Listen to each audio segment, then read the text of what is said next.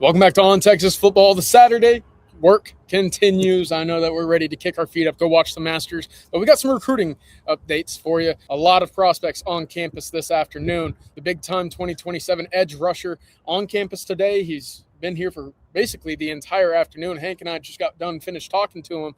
Hank, it sounds like Texas right there in the mix when it comes to the top talent out of Alabama. Yeah, probably the most notable out-of-state visitor today. A guy Texas has been very high on, but hasn't had him on campus yet. He's from Viger High School in the Mobile area, and he arrived, I believe, on Friday night. He's going to spend the weekend in Austin, so leave on Sunday. He is a recent Alabama decommit, Yes. So he was committed to Alabama, honestly, almost 2 years, year and a half at least. Long time. So certainly had a long-standing relationship with them, but decided to open things back up. Obviously, Texas has been pushing. He mentioned Texas A&M. He mentioned Florida State, Georgia, I believe, a few others. The SEC heavyweights you would expect to be in a contention for a prospect like him, but it sounds like he was blown away by practice today and just spending time with Alan Clark, the edge coach, Colin Simmons, who he says they kind of comp him to, obviously similar builds. And I think any prospective young edge rusher would like to be comped to Colin Simmons. Easy sell. Yes, exactly. And so he was certainly keyed in on him today in the scrimmage, and he talked about Will Muschamp's energy as well. Yeah, he did. He mentioned Will Muschamp. He kind of laughed. He said, yeah, you could certainly hear him and sense the energy in practice. But give me your thoughts real quick on his frame, because that was the first time I've seen him in person. I know Jerry's been out on the road, got to see him in a workout. But walking up as y'all were talking, or at least beginning to talk, that's what you want your edge rushers, your Colin Simmons builds to look like. Yeah, I mean, you said it. I mean, he's got long arms, looks twitchy. Yes. Turn on his film. I mean, it's just bully ball. I mean, he's dominating. And that's good competition in South Alabama as well. That's not, some 1A, 2A kind of situation. So you can see, the upside just standing near him, and great kid too. I mean, you talk about his, he has a company idea already in mind, for the future. Yeah, eat more chicken, get more sacks. How about that? So he introduced us to his logo for the first time. You can see it on Texas Football. So we'll include that as well. But there are a couple other big-time prospects, especially in the 27 class that we got to get to. Big time, literally, is Ishmael Kamara coming in from Gilmer. Look, he's been to Texas plenty. Texas A&M, I know, hosted him about 2 weeks ago as well for a spring visit. But today, it certainly sounds like Texas, after today's practice, they're right back in the mix with where, at least for now, going into his summer official visits, Texas is in a very competitive spot when it comes down to it. Yeah, you're not going to glean too much for talking to him after this recruiting setting, but asking him kind of where things stand. He mentioned as his leaders Texas A&M, Oregon, and Alabama, which is about what we thought. I think LSU's also heavily in the mix. I think he was just trying to think of schools off the top of his head, really, but Texas A&M, I think that's kind of where most analysts, and we think that's probably the two leading the pack if you had to pick. He wouldn't say it yet, but yeah, it sounds like Texas had another good impression for him. Yeah. Spend time with Kyle Flood. Obviously, he's been on campus, I believe, since Thursday night or Friday morning. So another one of these multi-day unofficial visits that seem to be pretty advantageous. Especially leading into the summer months when you really want to start that closing season with the official visits. Yeah, and of course with Kamara, closing season in the summer is going to be very important. I'll say this.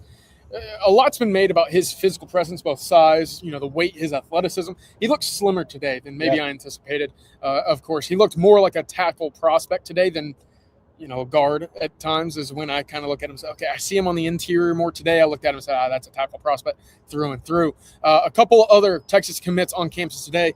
Keon Hemphill-Woods, the newest Texas commit, he made his decision Friday evening on campus to kind of celebrate that today with the Texas staff. Jackson Cook, of course, on campus back today, as was Cam Hall, the edge rusher, who for 2 weeks in a row back on campus. All are expected back next week for the Fan Fest spring game.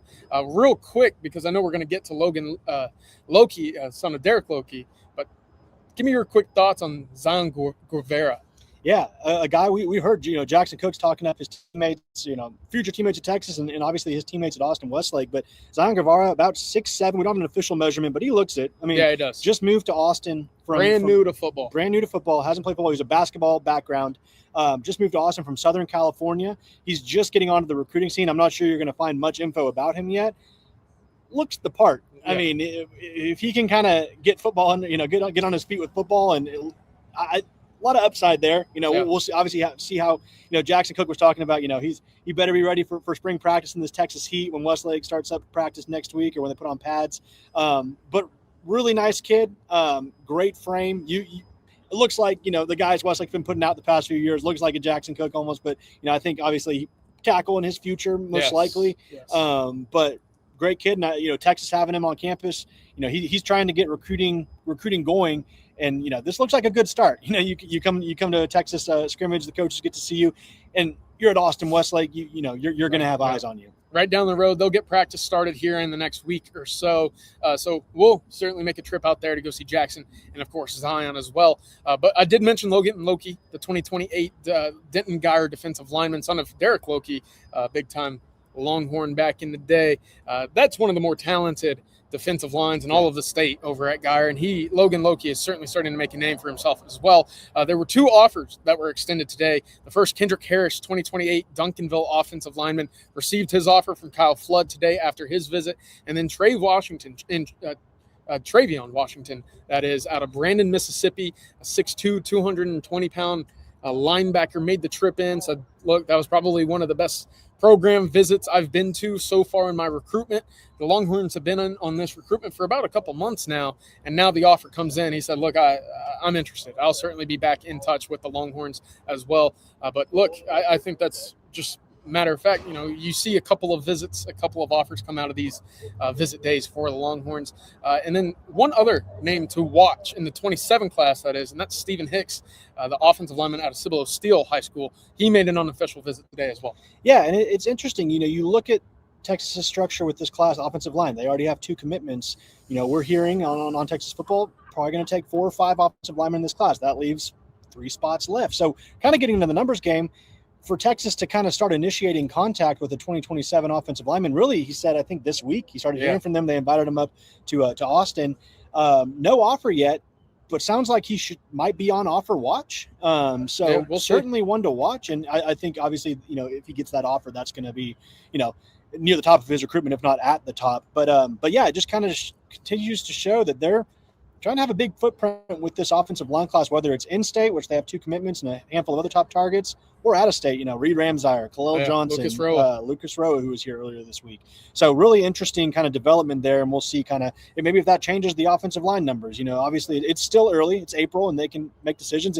Kind of have a little bit more leeway with 105 scholarships, and so maybe this is just a little bit more due diligence in the eval process. Yeah, with 105, you can, cast a wider net, maybe some projects, developmental guys. We'll see what happens here. One quarterback was on campus today. That's Carter Zingelman out of Coppell, 2028 quarterback. He said the visit went well. An offer would mean a lot to him. No offer was extended today, but he will be back in the summer for the elite camp to throw in front of Milwee, Mike Bamonte, and Steve Sarkisian this summer. And then, of course, we'll wrap it up with, an SMU defensive line commit was on campus today, and it sounds like the Longhorns made quite an impression. Yeah, really interesting development. And I think if you followed us on Texas football, Amari Vickerson from Cy Falls or Cy Fair, I hope I'm getting the school right, in that area. I'm sorry, Amari, if I got it wrong. But he was back on campus today for an unofficial visit. And to add to that, he's going to be back next week for the Fan Day. He is a 4-star defensive lineman, a guy that Texas is very familiar with. I look back to the camp in summer of 2024 when he first got his offer.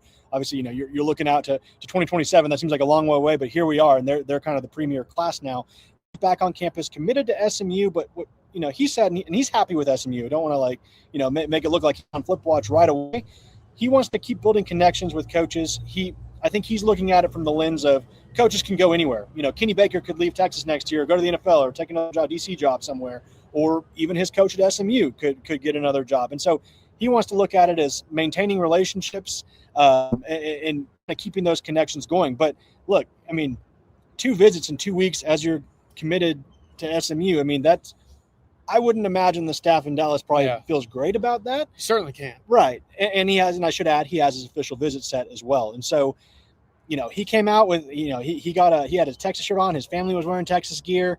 This is a guy Texas really likes. He's one of their top defensive line targets. And so, when they zero in on guys and kind of turn up the heat, especially when OV season comes around, I think Amari Vickerson is going to give that a serious look. Yeah, things certainly become more noticeable when you show up multiple times and consecutively. So we'll certainly keep that updated for you on TexasFootball.com. But that'll do it for today. Of course, we will keep you updated on the website tomorrow as we're all sitting back, relaxing, watching the Masters as well. But for Hank South, I'm CJ Vogel, producer Matthew. Thank you for all that you do as well. Y'all have a great weekend, and hope the Horns. Longhorns. Hey guys, Blake Monroe here from Coffee and Football. YouTube thinks that you're going to like this video right here. And if the algorithm knows ball, it's a good one. So go check it out. And then don't forget, hit that like and subscribe button.